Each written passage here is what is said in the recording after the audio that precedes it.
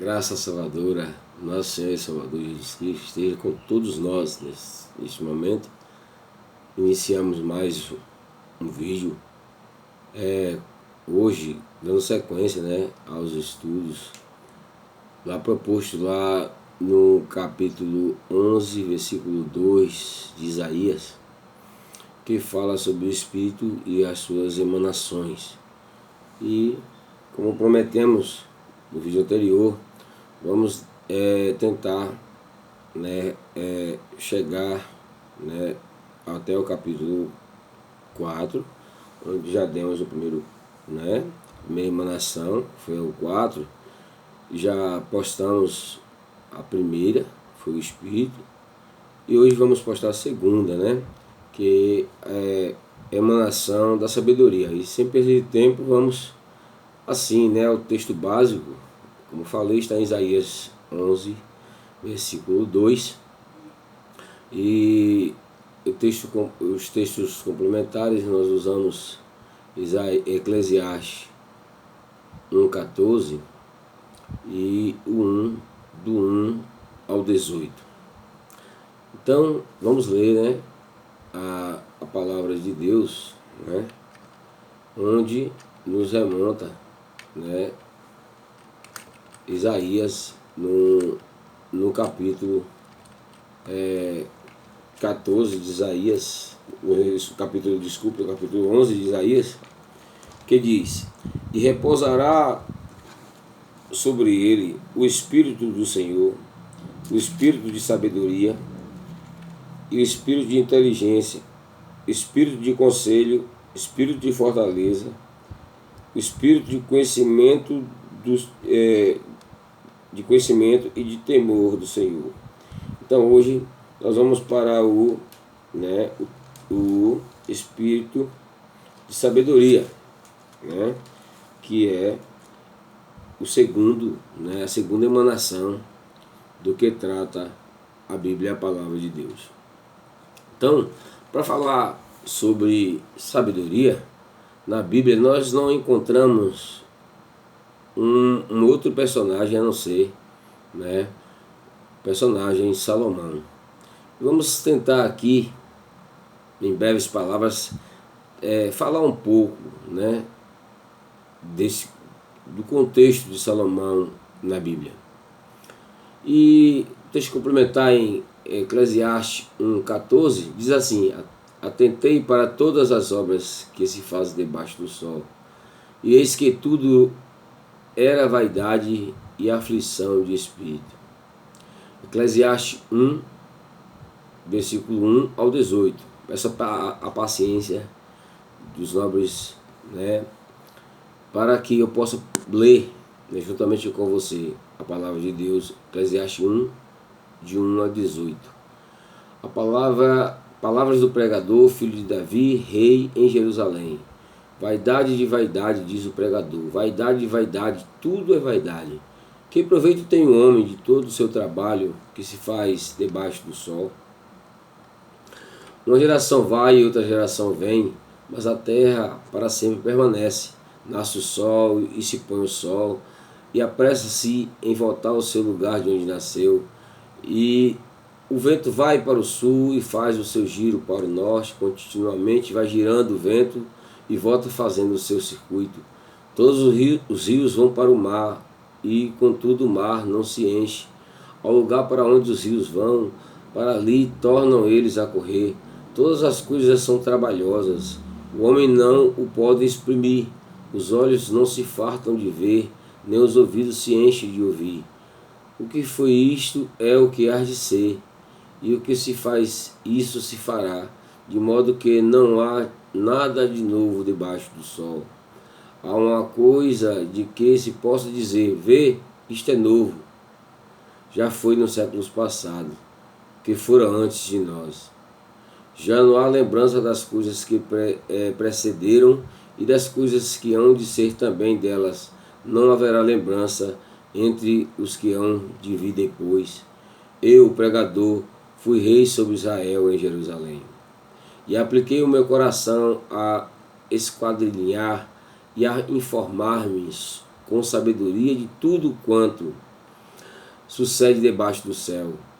Esta enfadonha ocupação Deus deu aos filhos dos homens para nela os exercitar.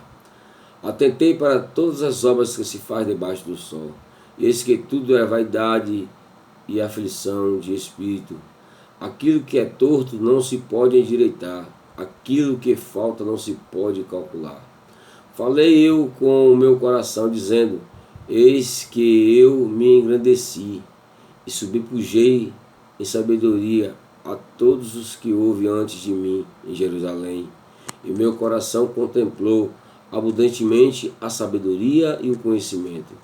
E apliquei o meu coração a conhecer a sabedoria e a conhecer os desvarios e as loucuras. E vi a saber que também isto era aflição de espírito. Porque na muita sabedoria há muito enfado, e o que aumenta em conhecimento aumenta em dor. Veja, meus queridos e amados, né? É o retrato, né, de uma pessoa, de alguém que estava em uma depressão profunda e em uma confusão mental imensa. Embora tivesse muito poder, muita glória, muita riqueza,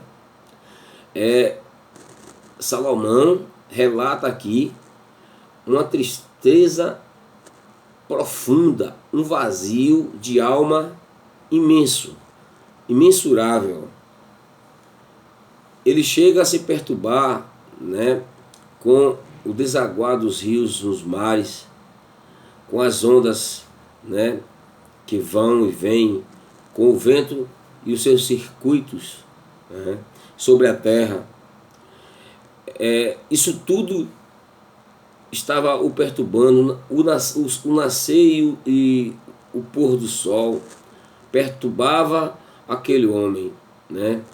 E nós ficamos a imaginar quanta riqueza tinha aquele homem.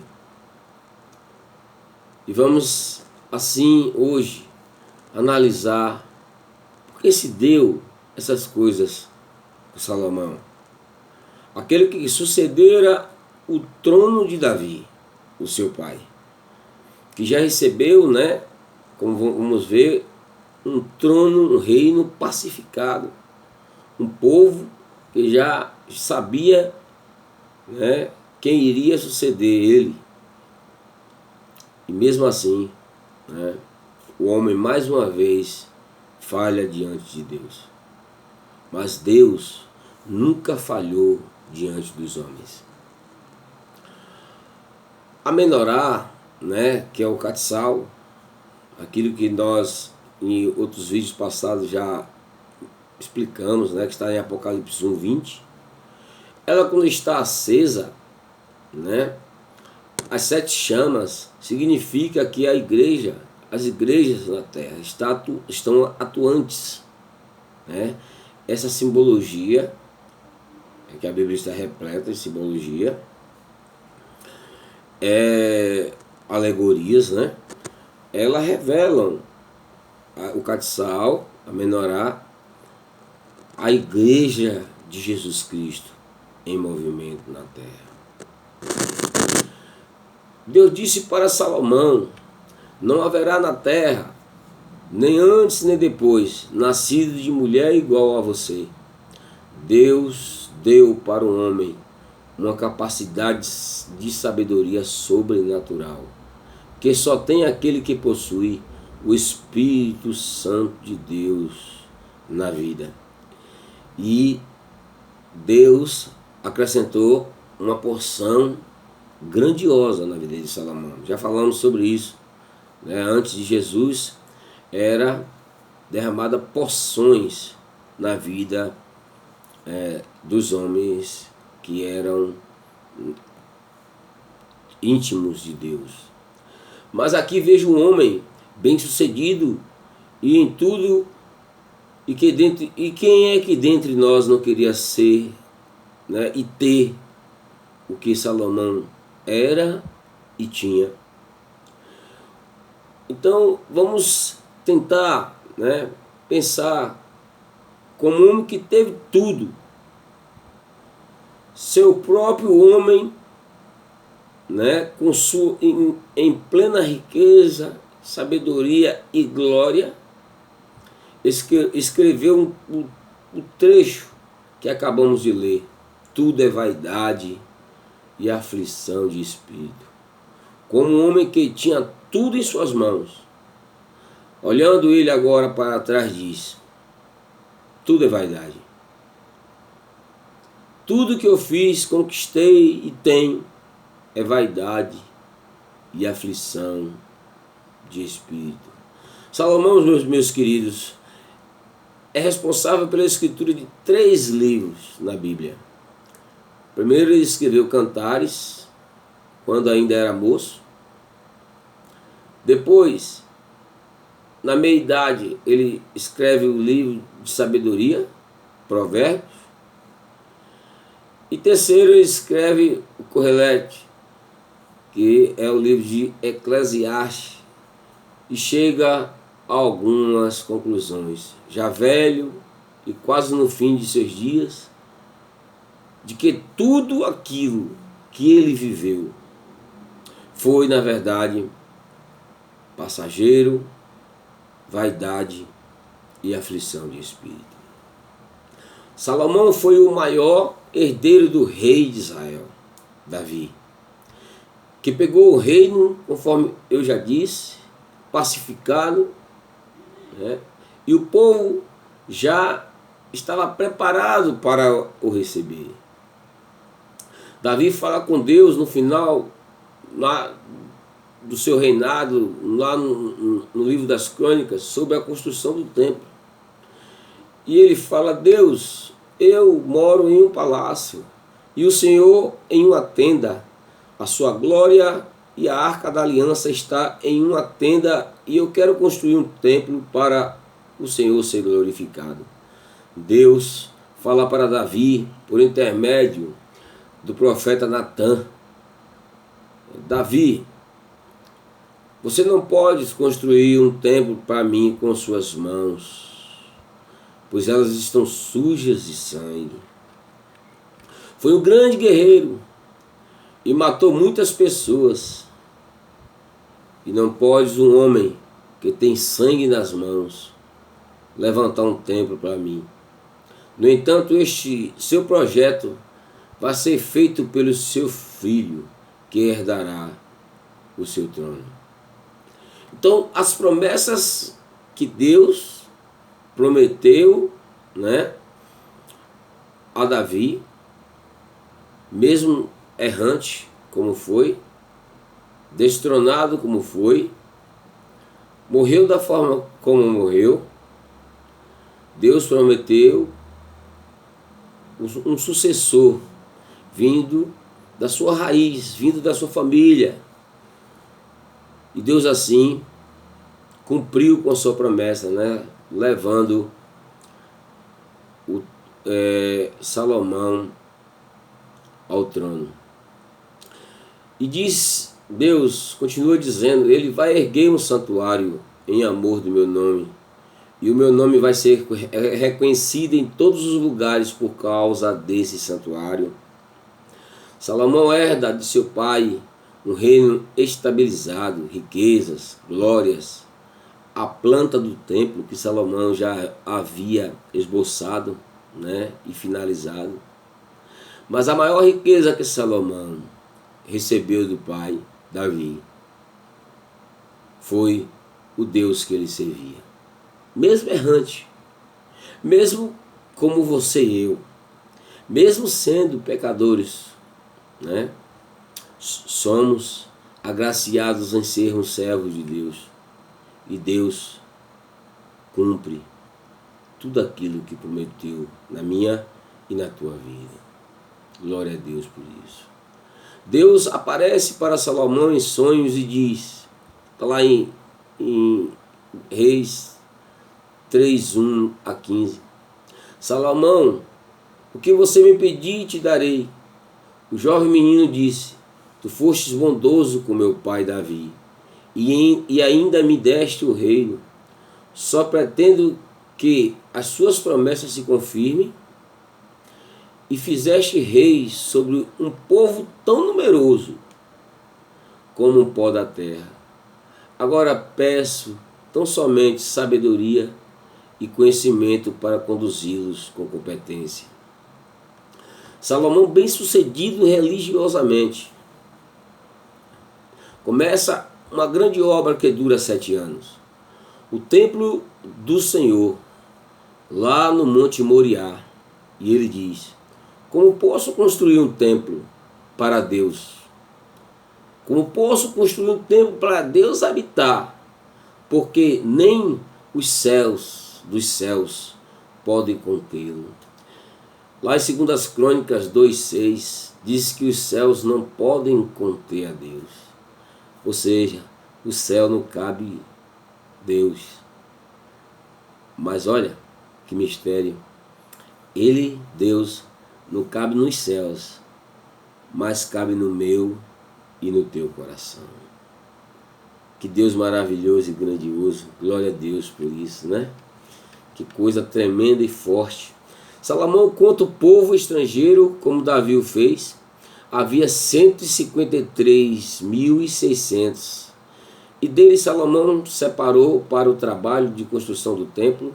Alistou para a construção 70.000 homens para carregarem material e 80.000 para cortarem pedras nas montanhas. E colocou 3.600 chefes para dirigir o trabalho. Deus mandou a Irão, rei de Tiro, qual era amigo, né, de Davi, o pai de Salomão, a seguinte mensagem: você vendeu a meu pai, o rei Davi, cedros para que ele construísse o seu palácio. Irão concordou com a seguinte ressalva: entre ele e a sua casa mantimentos, né, dados por Salomão enquanto ele reinasse sobre Israel. E assim, né, se deu. Salomão aceitou a proposta. Irão, né, cortou toda a madeira que Salomão necessitou para o templo. Hoje, o templo de Salomão se transformou em uma mesquita e está na parte conhecida como a cidade velha de Jerusalém, lá no Monte Moriá. O templo é ocupado pelo Islã, tem o nome de domo do rocha, ou cúpula da rocha, nomes atribuídos a Omar, que junto com o Muro das Lamentações é o motivo de briga, a Jihad, a Guerra Santa, entre Israel e Palestina. E eu fico aqui a pensar, o Templo de Salomão, muitos brigaram quando foram construídos fora, né, do Monte Moriá, que Deus proibia, né, que Deus não admitia ser construído no mesmo, fora outro templo igual, com as medidas, altura e comprimento, né? E Deus chega a dizer aos seus discípulos: não ficará pedras sobre pedra, né? E falando sobre o templo, diz, não ficará aí, ó, pedra sobre pedra. Então ele deve habitar, ele quer habitar na tua e na minha vida. Ele não habita em templos, né, construído por mãos de homem. Essas coisas aconteceram em um contexto em que deveria ser realmente realizado para que a glória de Deus fosse conhecida e reverenciada diante daquele povo, né, horrendo, aquele povo que instável a qualquer momento estava voltado para o sincretismo, né, para a mistura, adorando Deus e aos demônios, a outros deuses, achando que Deus, né, ele divide a sua glória, e Deus não divide a glória dele com ninguém. Então ele quer habitar na tua vida e na minha, né? Nós somos o templo santo do Espírito Santo de Deus, né? Então cuide bem do teu templo, para que o Espírito Santo possa nele habitar. Mas digamos que, né, uma breve pesquisa, você queria fazer um templo, né, na sua cidade.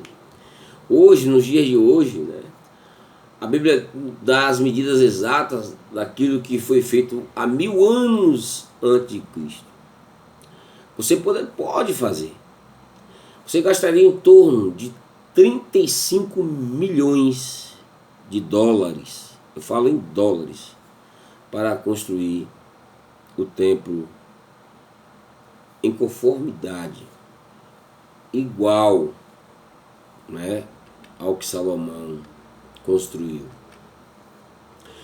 E de onde vinha esta glória? De onde vinha essa riqueza? De Deus. Como chegava? Vamos ver. Navios chegavam pela costa, pelo mar, né, de Israel, trazendo ouro. 22 toneladas por ano eram os tributos que os países pagavam para Salomão em ouro, já que a prata no dia de Salomão nada valia. As taças, fechaduras e ferrolhos no palácio, tudo era de ouro, e assim deveria ser no templo. E Salomão, ele adere uma política de domínio que é semelhante de Alexandre o Grande, né? Que não destruía os povos como os godos, os visigodos, os persas, os medo-persas, né? Que destruía o povo, matava os valentes, estuprava as mulheres, queimava as cidades, até dizimar todo aquele povo. E Alexandre o Grande só queria uma coisa, né? Que o povo pagasse tributos a ele, né? Tirar proveito econômico, e que o povo aprendesse a falar grego, que era a língua que Alexandre o Grande queria. Salomão, parecido, de forma semelhante, faz a mesma coisa. Exige que o povo pague os tributos, que adore ao Deus de Israel, o Deus dele. Não ia destruir nada se o povo assim fizesse. E que aprendesse a falar hebraico, a língua que ele, né, e a corte falava. E uma das coisas, né, que nos preocupa muito nos dias de hoje é a fama. A fama de Salomão chegou a toda a terra. Foi até a Etiópia, na África, um lugar chamado Sabá. A rainha deste lugar faz uma visita a Salomão, andando com a sua caravana pelo deserto, 4.000 quilômetros, para ver se Salomão era tudo aquilo que falavam dele. Ela chega, e depois que conhece, ouve e vê Salomão, teve uma grande surpresa. Salomão não era nada daquilo que falavam dele e de seu Deus. Era muitíssimo mais do que diziam. Glória a Deus por isso, né? Quando o ímpio, né, quando é um adorador de outro Deus, outros deuses ou outro Deus, reconhece a glória desse Deus eterno, do Deus de Israel, do Jeová Jireh, através da tua vida, né? E Deus vai te cobrir de glórias, né? porque o nome dele foi exaltado através de você, através de mim. E o propósito de Deus é esse, que você emane esse cheiro suave, né? Que você seja imitador de Jesus Cristo, para que o nome dele seja reconhecido por todos através da tua vida, através de você, através do teu andar, do teu caminhar, do teu falar. Isso, né, a rainha reconheceu em Salomão, né? Salomão, com a finalidade de que a rainha de Sabá soubesse que a sabedoria e a glória que ele tinha vinha de um grande Deus que excedia o conhecimento humano, que era riquíssimo, né? Salomão não se poupou, deixou que a rainha o conhecesse por inteiro. E a rainha, extasiada, né, diante daquela sabedoria, diante daquela glória, daquela riqueza toda do reino, ela oferece a Salomão, dentre outras especiarias, 4.000 quilos de ouro puro. E Salomão, para demonstrar à rainha que o Deus que ele servia era maior que o dela, ofereceu 8.000 quilos de ouro à rainha, o dobro. Ainda disse mais, né? Olha, eu vou te dar 8.000 quilos de ouro e faço saber o que você me pedir, eu te darei. Para que ela reconhecesse a imensidão do Deus de Salomão. Assim Salomão fez. A Bíblia, meu irmão, diz que você vai ter para emprestar e não para tomar emprestado. Glória a Deus por isso, né? Salomão levanta o santuário para Deus, onde as paredes interiores eram de ouro. O chão brilhava, pois era de pedras polidas. O santuário brilhava quando o sol refletia sobre o ouro, e a glória do Senhor estava sobre aquela casa de oração. O reino de Salomão tinha 12 provedores, que não deixava nada faltar o ano inteiro.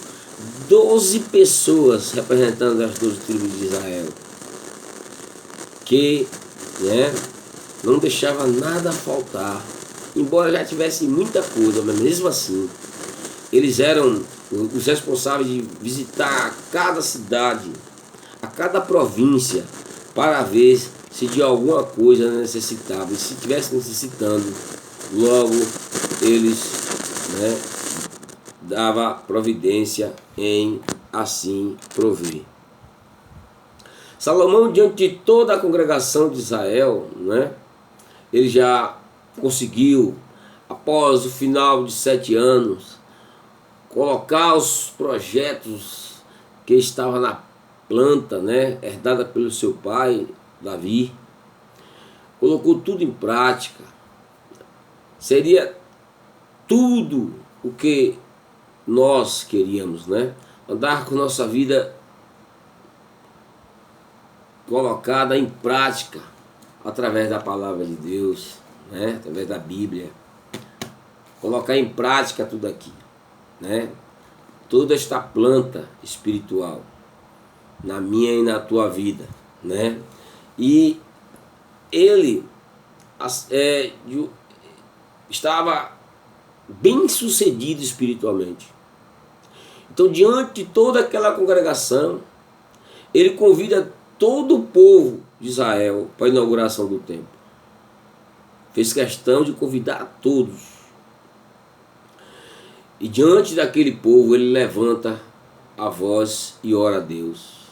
A Bíblia diz que a glória do Senhor encheu aquele lugar e ninguém pôde ficar em pé, porque Deus ouviu a oração de Salomão e a sua presença era notória sobre Israel.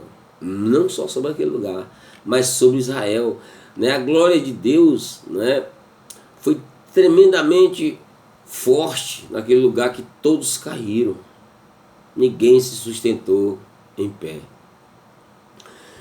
Diz a Bíblia que Salomão conhecia tudo sobre botânica e animais, tinha uma sabedoria sobrenatural. Lembra que ele resolveu aquela história conhecida por todos, né, que vocês vão me poupar contar agora? Ele resolve a briga de duas mulheres por conta de um filho, né? E no final das contas ele resolve partir o menino em dois com a espada e dar um pedaço para um pedaço para outra. E uma disse: não, pode dar a ela, não corte. Ele disse: entregue a esta que falou, porque esta é a mãe. Então, essa sabedoria dada por Deus, essa experiência que ele pediu lá na oração, que em sonho Deus veio a ele, né, ele tinha. Muitos hoje, né, pensam diferente. Estudar para quê? Eu tenho o Espírito Santo que me revela tudo. Eu tenho a Bíblia, eu tenho pastores, eu tenho conhecimento, eu tenho experiência na vida, né? Eu tenho experiência de igreja, eu tenho 60 anos de igreja. Cuidado, meu irmão. Às vezes você com 60 anos de igreja está desviado e não sabe. 1 Pedro, no capítulo 2, no versículo 27, diz que a glória de Deus sai, que você nem percebe. A mesma glória que saiu de Sansão, né, ele nem percebeu. A glória de Deus saiu e ele pensava que ainda estava com Deus. Tanto é que os filisteus, quando chegaram, ele tentou reagir, né, e aconteceu como aconteceu, né? Então, muito cuidado, porque Deus, né, ele é um ser espiritual, é um ser delicado, né? Então, se prepare espiritualmente. Deus chama pessoas sem preparo nenhum e fala. Ele falou com a mula, falou com as. Ele falou com quem ele quis falar na Bíblia. Mas ele exige que depois do chamado, né, você se prepare. Porque Paulo diz que você tem que saber manejar a palavra.